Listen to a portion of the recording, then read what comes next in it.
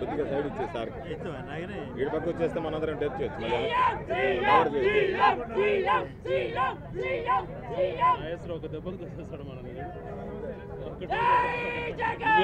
ఎక్కడ కనపడేవాడు నువ్వు అదే అది కష్టం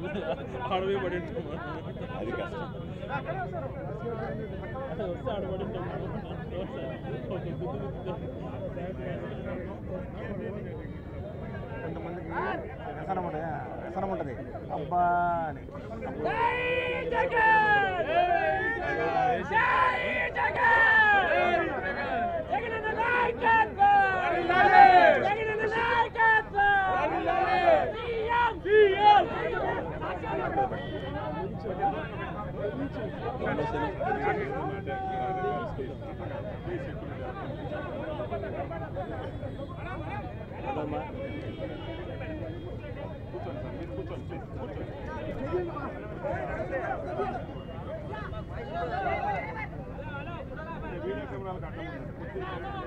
రాజేద్దామా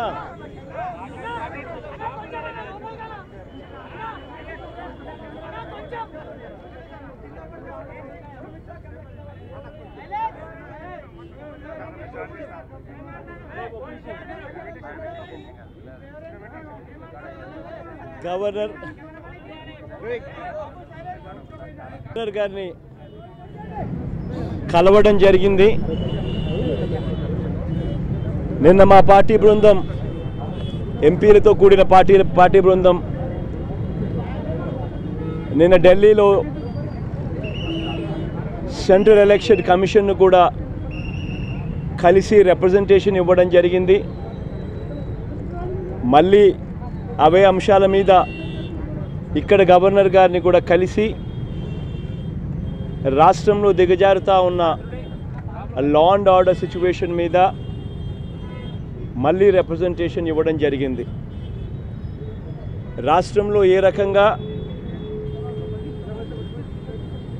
దాడులు జరుగుతాయి, దాడులు జరిగిన తర్వాత ఎన్నికల రోజు ఎన్నికలు అయిపోయిన తర్వాత జరిగిన ఆ దాడుల్లో ఏ రకంగా చంద్రబాబు నాయుడు గారు దగ్గరుండి పోలీసు వ్యవస్థను దుర్వినియోగం చేస్తూ ఏ రకంగా తనకు సంబంధించిన వ్యక్తులు ఇంకా పోలీస్ డిపార్ట్మెంట్లోనూ ఇంకా ఇతరాతర డిపార్ట్మెంట్లలోనూ ఇంకా ఏ రకంగా దగ్గర ఉండి వాళ్ళను ఉపయోగించుకుంటూ ఏ రకంగా దొంగ కేసులు పెట్టే కార్యక్రమం చేస్తూ ఉన్నారనే దాని విషయాల మీద చెప్పడం జరిగింది. ఇదే కోడేల గారి ఇన్సిడెంట్ మీదనే కోడేల అనే ఆయన ఎక్స్ స్పీకర్ సత్తెనపల్లి నియోజకవర్గంలో ఇనమెట్ల గ్రామంలో పోలింగ్ బూత్లోకి వెళ్ళి పోలింగ్ బూత్లోకి తాను పోవడమే ఒక క్రైమ్ అయితే అక్కడికి వెళ్ళి పోలింగ్ బూత్లో ఉన్న డోర్ను లాక్ చేసుకున్నాడు.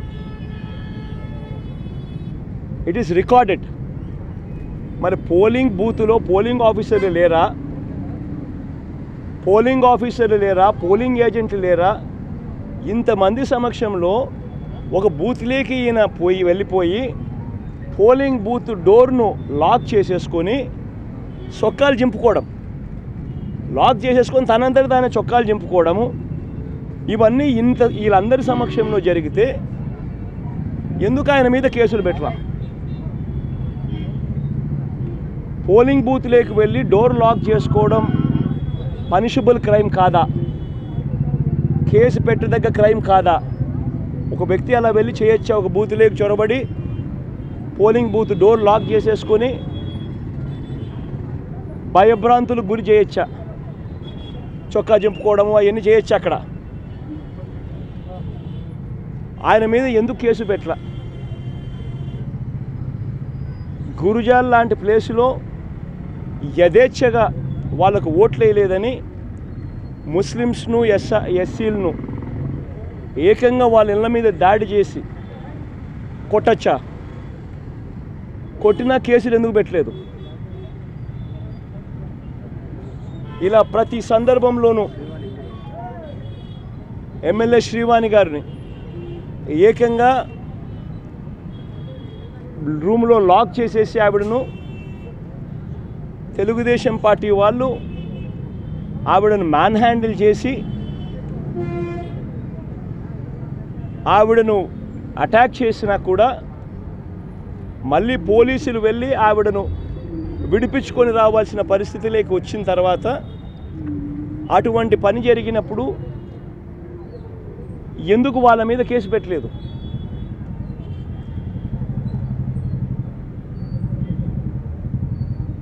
ఇదే మాదిరిగా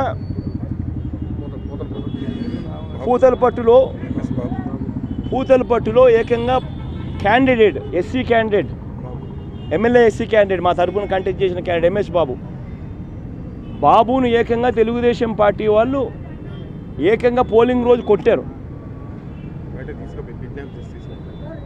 కుట్లు పడినాయి, ఏకంగా కుట్లు పడ్డాయి.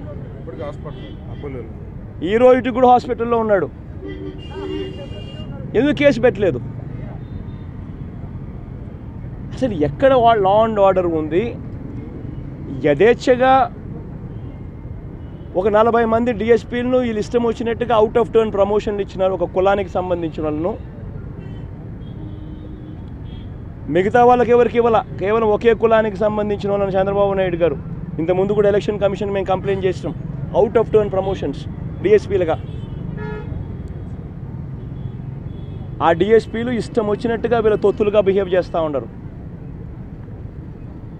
వీళ్ళకి నచ్చిన వాళ్ళను ఎస్పీలుగాను ఇతరత్ర ప్లేసుల్లోనూ ఇంపార్టెంట్ ప్లేసుల్లోనూ లా అండ్ ఆర్డర్లోనూ ఇంటెలిజెన్స్లోనూ ఇష్టం వచ్చినట్టుగా పోస్టింగ్లు ఇచ్చారు. వీళ్ళందరూ కలిసి ఇవాళ లా అండ్ ఆర్డర్ ఇంత దారుణంగా డిటూరియేట్ అవుతూ ఉంటే అన్యాయంగా కేసులు ఎవరి మీద పెడతా ఉన్నారు? పెట్టాల్సిన వాళ్ళ మీద కేసులు పెట్టకోకుండా బాధితుల మీద కేసులు పెట్టే పరిస్థితిలోకి ఈరోజు ఈ వ్యవస్థ దిగజారిపోయింది. ఇంత దారుణంగా లా అండ్ ఆర్డర్ దిగజారిపోయిన పరిస్థితుల్లో ఇంటర్వ్యూన్ కాండి అని చెప్పి గవర్నర్ గారిని రిక్వెస్ట్ చేసినాం. ఈవీఎంలు మచిలీపట్నంలో ఈవీఎంలు వీళ్ళు పోస్ట్ చేసుకున్న అధికారులు, ఆర్డీఓలు గాను కలెక్టర్లు గాను వీళ్ళు పోస్ట్ చేసుకున్న అధికారులు ఏకంగా ఈవీఎంలో స్ట్రాంగ్ రూముల్లో పెట్టిన ఈవీఎంలను ఏకంగా డోర్లను ఓపెన్ చేసి ఈవీఎంలు బయటికి తీసి ఏ రకంగా చేయగలుగుతారు? There is a procedure for it. ఆ రకంగా స్ట్రాంగ్ రూమ్ డోర్లు ఓపెన్ చేయాలి అని అంటే క్యాండిడేట్లను పిలవాలి, క్యాండిడేట్ల సమక్షంలో జరగాల. ఎందుకు మా క్యాండిడేట్లు పిలవలేదు? ఏ రకంగా మచిలీపట్నంలో డోర్లు ఓపెన్ చేయగలిగినారు స్ట్రాంగ్ రూమ్ డోర్ను? సో అది కూడా గవర్నర్ గారి దృష్టికి తీసుకొచ్చాం.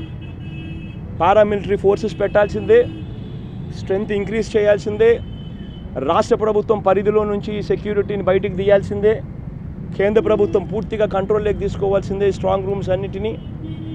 అక్కడ పెట్టిన సీసీ కెమెరాస్ లైవ్ ఫీడ్ కలెక్టర్ల కార్యాలయానికి కాదు పెట్టాల్సింది, డైరెక్ట్గా election commission, state election CEO, Delhi CEC డైరెక్ట్గా వీళ్ళకే ఆ ఫీడ్ లైవ్ ఫీడ్ పోయేట్టుగా చర్యలు తీసుకోవాలి. సెంట్రల్ గవర్నమెంట్ ఫోర్సెస్ ఇంకా ఎక్కువగా డిప్లాయ్ చేసి పూర్తిగా ఈవీఎం భద్రతకు సంబంధించిన అన్ని అంశాల మీద ప్రొటెక్ట్ చేయాలి అని కూడా గవర్నర్ గారి దృష్టికి తీసుకొని పోయాం. ఇవన్నీ విషయాల మీద కంప్లైంట్ చేసి యాక్షన్ తీసుకోమని చెప్పి కూడా చెప్పడం జరిగింది. సెక్రటేరియట్లో కూడా ఇన్స్ట్రక్షన్స్ ఇవ్వండి చీఫ్ సెక్రటరీకి. చంద్రబాబు నాయుడు గారు తాను చేసిన స్కామ్స్ మీద తన అధికారం కోల్పోయిన తర్వాత ఆ ఆధారాలను మటుమాయం చేసే కార్యక్రమంలో భాగంగా చంద్రబాబు నాయుడు గారు ప్రయత్నాలు చేస్తూ ఉన్నారు. ఇది కాక తనకు సంబంధించిన వాళ్లకు, తనకు సంబంధించిన బెనామీలకు, కాంట్రాక్టర్లకు విచ్చలవిడిగా చెక్కులు వాళ్ళకు మాత్రమే ఇచ్చే కార్యక్రమాలు చేస్తూ ఉన్నారు. ఇవన్నీ కూడా కంట్రోల్ చేయండి. ఇది ఓట్ ఆన్ అకౌంట్ బడ్జెట్ కాబట్టి కొత్త ప్రభుత్వం వచ్చేదాకా చంద్రబాబు నాయుడు గారు సెక్రటేరియట్ను కూడా దుర్వినియోగం చేస్తూ సెక్రటేరియట్ను కూడా కంట్రోల్లోకి తీసుకొని తన అన్యాయాలను కొనసాగించడం ధర్మం కాదు, అక్కడ కూడా గట్టిగా మీరు యాక్షన్ తీసుకునే కార్యక్రమాలు చేయండి అని కూడా గవర్నర్ గారికి రిక్వెస్ట్ చేసి యాక్షన్ తీసుకోమని చెప్పి కూడా చెప్పడం కూడా జరిగింది. అంటే అన్ని కేసులు చెప్తున్నాను. ఏమైనా ఉన్నాయమ్మా, అడగాల్సినవి ఏమైనా ఉన్నాయా?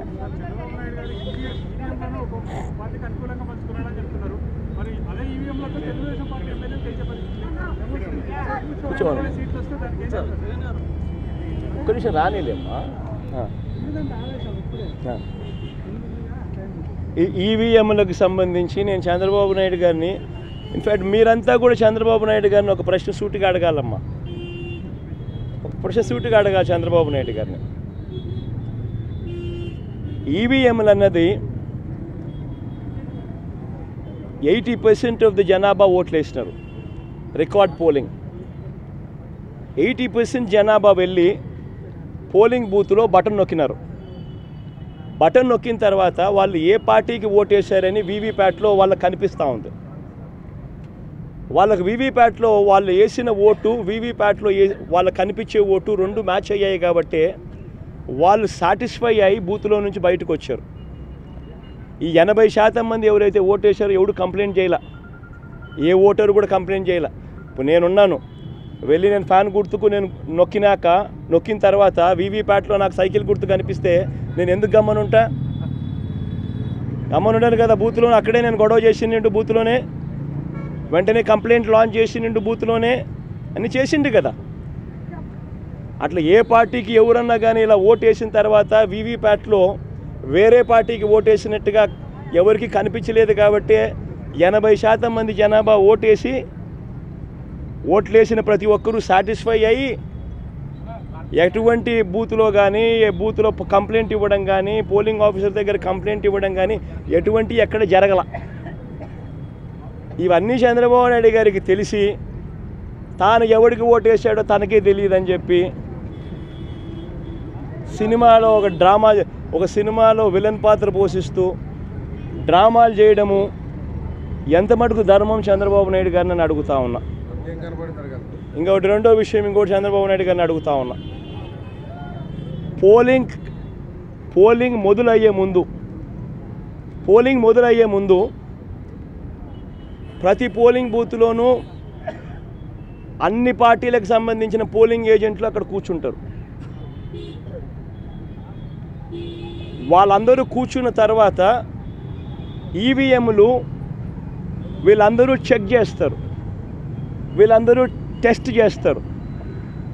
50 ఓట్లు మాక్ పోలింగ్ చేస్తారు. 50 ఓట్లు మాక్ పోలింగ్ చేస్తారు ఈ పోలింగ్ ఏజెంట్స్. వాళ్ళు నొక్కిన గుర్తు వీప్యాట్లో వాళ్ళకు స్లిప్ ఏదైతే బయటకు వస్తుందో ఆ గుర్తు రెండు మ్యాచ్ అయినాయా లేదో చూసుకుంటారు. చూసుకున్న తర్వాత వీళ్ళు సంతకాలు పెడతారు, పోలింగ్ ఏజెంట్ సంతకాలు పెడతారు. మేము వెరిఫై చేసినాము, 50 ఓట్లు ఒక్కొక్కరు 50 ఓట్లు వెరిఫై చేసినాము, ఈవీఎంలు బాగా పనిచేస్తూ ఉన్నాయి అని సంతకాలు పెడతారు.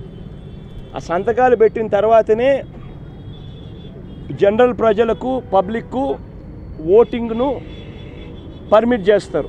ఓటింగ్ తర్వాతనే అవకాశం ఇస్తారు జనరల్ పబ్లిక్కు. మరి ఇటువంటి తెలుగుదేశం పార్టీకి సంబంధించిన ఏజెంట్లే అన్ని పార్టీలకు సంబంధించిన ఏజెంట్లతో పాటు కలిసి నొక్కి వీవీప్యాట్లలో కూడా దాన్ని చూసుకొని కరెక్ట్గా అన్నీ పనిచేస్తూ ఉన్నాయని చెప్పి వెరిఫైడ్ అని చెప్పి సంతకం పెట్టి పోలింగ్ ఆఫీసర్లకు ఇచ్చిన తర్వాతనే పోలింగ్ మొదలైంది. మళ్ళీ ఏ రకంగా చంద్రబాబు నాయుడు గారు చెప్తారు ఈ రకంగా ఈవీఎంలు అది జరిగాయి, ఈవీఎంలు ఇది జరిగాయి, నేను ఎవరికి ఓటేసానో నాకు తెలియదు అని చెప్పి ప్రజలను తప్పుదోవ పట్టించడం నిజంగా ఒక ముఖ్యమంత్రి స్థాయిలో ఉన్న వ్యక్తి చేయదగ్గ పనేనా అని అడుగుతా ఉన్నా. ఇక మూడోది చంద్రబాబు నాయుడు గారిని మీ తరపున అడుగుతా ఉన్నా, మీరు కూడా దయచేసి అడగండి. ఇదే పెద్ద మంచి చంద్రబాబు నాయుడు 2014లో గెలిచింది ఈవీఎంలతో కాదా? అప్పుడన్నా ఇంకా వీవీప్యాట్లో ఇంకా లేవు, ఇంకా మేము అనాలా. అప్పుడు బటన్ ఎవరికి నొక్కినామో ఏ ఊరికి పోటు పడిందో మాకు తెలియదని మేము అనాలా. కానీ ఇక్కడైతే కనీసం కనిపిస్తూ ఉంది వీవీప్యాట్. తర్వాత ఇంకా వీవీప్యాట్ కూడా వచ్చింది. బటన్ నొక్కిన తర్వాత వీవీప్యాట్లో కనిపిస్తూ ఉంది ఏ పార్టీకి ఓటు వేసామని. అప్పుడు చంద్రబాబు నాయుడు 2014లో గెలిచినప్పుడు అది కూడా లేదు. అయినా మేమేమనలా. చంద్రబాబు నాయుడు గారు నంద్యాల బై ఎలక్షన్ చేసినాడు, తర్వాత 30,000తో గెలిచినాడు నంద్యాల బై ఎలక్షన్. అప్పుడు ఇదే ఈవీఎంలు ఇదే వీవీప్యాట్. ఆయనకు అనుకూలంగా తీర్పు వస్తే ఏమలా అన్నీ బాగున్నాయి. వీవీప్యాట్లు బ్రహ్మాండంగా ఉన్నాయి, ఈవీఎంలు బ్రహ్మాండంగా ఉన్నాయి. మరి ఇదే ఈవీఎంలు జనరల్ ఎలక్షన్స్కు 3 నెలల ముందు రాజస్థాన్, ఛత్తీస్గఢ్, మధ్యప్రదేశ్ 3 రాష్ట్రాలలో కాంగ్రెస్ పార్టీ గెలిచింది, ఇంక్లూడింగ్ కర్ణాటకలో కూడా 4 రాష్ట్రాల్లో కాంగ్రెస్ పార్టీ గెలిచింది. బీజేపీ ఓడిపోయింది 4 ఎలక్షన్లు. ఎన్నికలకు జనరల్ ఎలక్షన్స్కు 3 నెలల ముందు. మళ్ళీ అప్పుడు ఇవే ఈవీఎంలే కదా. అప్పుడు ఎందుకు చంద్రబాబు నాయుడు మాట్లాడలేదు? ఒక ముఖ్యమంత్రి స్థాయిలో ఉన్న వ్యక్తి ప్రజలు తనను వ్యతిరేకంగా ఓటు వేస్తున్నారు అని చెప్పి తెలిసి ప్రజల గాలి తన వైపు లేదు అని తెలుసుకొని ఎంతటి దారుణంగా డెమోక్రసీని అవహేళన చేస్తూ ప్రజల తీర్పును అవహేళన చేస్తూ మాట్లాడుతూ ఉంటే ఈ మనిషి నిజంగా మనిషేనా అని అడుగుతా ఉన్నా. తాను గెలిస్తే ఏమో అన్నీ బాగున్నట్టే, తాను ఓడిపోతే మాత్రం ప్రజలు ఓటేయలేదు అనే మాట ఒప్పుకోకుండా ఈవీఎంల మీద నెపాన్ని నెట్టడం. ఈయన బుద్ధి ఈ 5 ఏళ్ళు చూస్తే ఈయన బుద్ధి అయ్యేది. గెలిస్తే సింధుకు నేనే బ్యాడ్మింటన్ నేర్పించిన, బిల్ గేట్స్ కంప్యూటర్ ఎలా నొక్కాలో నేనే నేర్పించిన, సెల్ ఫోన్ నేనే కనిపెట్టా.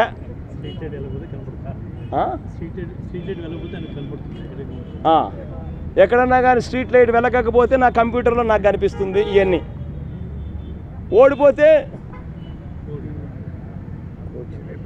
ఓడిపోతే సింధు కోచ్ తప్పు, నా computer correct, bill gates button నొక్కడం కరెక్ట్గా నొక్కల. ఇవన్నీ మాట్లాడతాడు. ఇదే జరుగుతూ ఉంది. ప్రజలు చంద్రబాబు నాయుడు గారు 5 సంవత్సరాల పరిపాలన చూశారు, ఆయన చేసిన మోసాలను చూశారు, ఆయన చేసిన అన్యాయాలను చూశారు, ఆయన చేసిన అధర్మ పరిపాలన చూసిన తర్వాత ప్రజలు ఈ 5 సంవత్సరాల చంద్రబాబు నాయుడు గారి పరిపాలనతో ప్రజలు విసిగెక్కిపోయి ఇక వద్దు బాబు చంద్రబాబు నాయుడు నీ పరిపాలన, బాయ్ బాయ్ బాబు అని చెప్పి ప్రజలు పూర్తిగా డిసైడ్ చేసుకొని చంద్రబాబు నాయుడుకు బాయ్ బాయ్ బాబు చెప్పినారు. ఇటువంటి పరిస్థితుల్లో చంద్రబాబు నాయుడు గారు తాను ఓడిపోతున్నాడు అని తెలుసుకొని దానిని ఆ నెపాన్ని తాను అన్యాయమైన మోసపూరిత పాలన మీద రాకుండా ఈవీఎంలో లేకపోతే ఇంకొకరో మీద నేరాన్ని నెట్టేందుకు విశ్వ ప్రయత్నం చేస్తూ ఉన్న అన్యాయమైన పరిస్థితి ఇవాళ ఈ రాష్ట్రంలో చూస్తూ ఉన్నాం.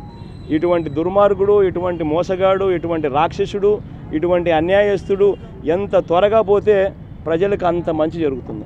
Given out of turn promotions by Chandrababu Naidu's government, there are 40 and odd DSPs belonging to one particular community, that is his caste, who've been given out of turn promotions. And how these people continue to be in DSP posts, and how these people are booking false cases while not booking cases on the people who should be booked, while exempting Telugu Desam Party people, while booking false cases on others, while how this has been continuing in the state of Andhra Pradesh on the polling day as well as post-poll. So that is one complaint what has been launched. And also we've asked the governor to also instruct the chief secretary to ensure that this budget of Chandrababu Naidu's government is strictly vote on account budget. And since it's a vote on account budget, the chief secretary should be instructed that Chandrababu Naidu does not give payments to his Benami contractors, to his Benamis, And these kind of people, because the budget is only vote on account budget. So it's very important that these people wait till the new government takes over, so that everything could be properly inquired before payments could be released. So we've asked the governor to instruct the chief secretary on that count, and we've also asked the governor to kindly kindly intervene on the security of the EVMs, because yesterday we have seen in the newspapers that one of the strong room in Krishna district was literally opened by the RDO without giving intimation to the MLA candidates who contested there. I mean, they have no authority to do so. And how is it that the strong room could be opened? How is it that few EVMs could be removed from that place without the contested candidate, that is without our party representatives being there? So we asked the governor to ensure that there are proper CC cameras put in place, and these CC cameras should not report to the district collector, but the feed should go live to CEO here as well as CEC in Delhi, to ensure that 24 hours vigilance is monitored by these people here rather than the district collector, who's been posted and appointed by Chandrababu Naidu himself. So we've asked for that also to be done, along with security personnel of central government, paramilitary forces be deployed, and state government security be removed from that position of guarding the strong rooms. Chandrababu Naidu has One at a time. One at a time. So do you think the vote should be conducted like asked by Chandrababu Naidu? And he has met Election Commission of India in Delhi. So what would you tell on that? See, the most important point to be clarified here is, I mean, in fact, you should ask Chandrababu Naidu these questions. How is it that 80% of the people have casted their vote? These numbers were never seen before. In fact, when compared to 2014 elections, you've actually seen a situation where 1.62% higher voting percentage took place. So 80% of people who have enrolled as voters have casted their vote. And 80% of them who casted their vote pressed the button on the EVM, verified their vote with the VVPATs, what is also displayed in every EVM once they press the button. So the voter has gone inside, pressed the EVM button, verified with the VVPATs that the same vote has been casted, and then he was satisfied. Then he left the booth. If a voter is not satisfied, if I voted my vote as well, I press for a particular party, and if the VVPAT show me another symbol, another party, then why would I keep quiet? Being a voter, I would register a case there in the polling booth itself, and I would not keep quiet. But that did not happen. 80% of the people have voted, and they have seen which party they have voted in the VVPATs, and then they were convinced, and then they left the booth. So why should Chandrababu Naidu now make an issue out of it when there is no issue there? Number one. Number two, you should also ask Chandrababu Naidu this one more question. Before the polling starts, there is a mock polling what takes place in every booth, where you have agents of all the parties who are sitting in the booth as booth agents. They test the EVMs, casting 50 votes. So these agents cast 50 votes as mock polling in those EVMs, and then they verify the vote casted with the VVPATs, and then they sign it off, and then they sign.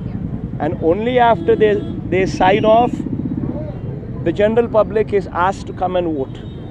So how is it that the entire booth agents who've been in the booths, in the polling booths, have signed off that the EVMs are functioning well, have signed literally in writing, and only after the mock polling, general public was asked to come and vote. Then how is it that these people have done that, have confirmed that EVMs are working well? Weren't Chandrababu Naidu's polling agents involved then? Didn't they sign? Then how is it fair that Chandrababu Naidu comes forward now and throws the buck on somebody else? And once again, you need to ask one more question to Chandrababu Naidu. The same Chandrababu Naidu was elected to power in 2014 by the same EVMs. How is it that Chandrababu Naidu, when he won the election through EVMs, he found the EVMs working well? And today now he sees the popular sentiment of the people against him, and he recognizes that there's going to be a landslide. So now he tries to throw the buck on somebody else. And in 2014, he won the elections through the same EVMs. And in the Nandyal by-election, what took place in 2016 or 17 in Nandyal by-election, one particular by-election took place where he won that by-election seat by more than 30,000 votes or so, but the same EVM. And it was fair because he won the seat. It was fair. And how is it that Chandrababu Naidu is also aware of the fact that just before the general elections, BJP government lost Rajasthan, Madhya Pradesh, Chhattisgarh and also Karnataka.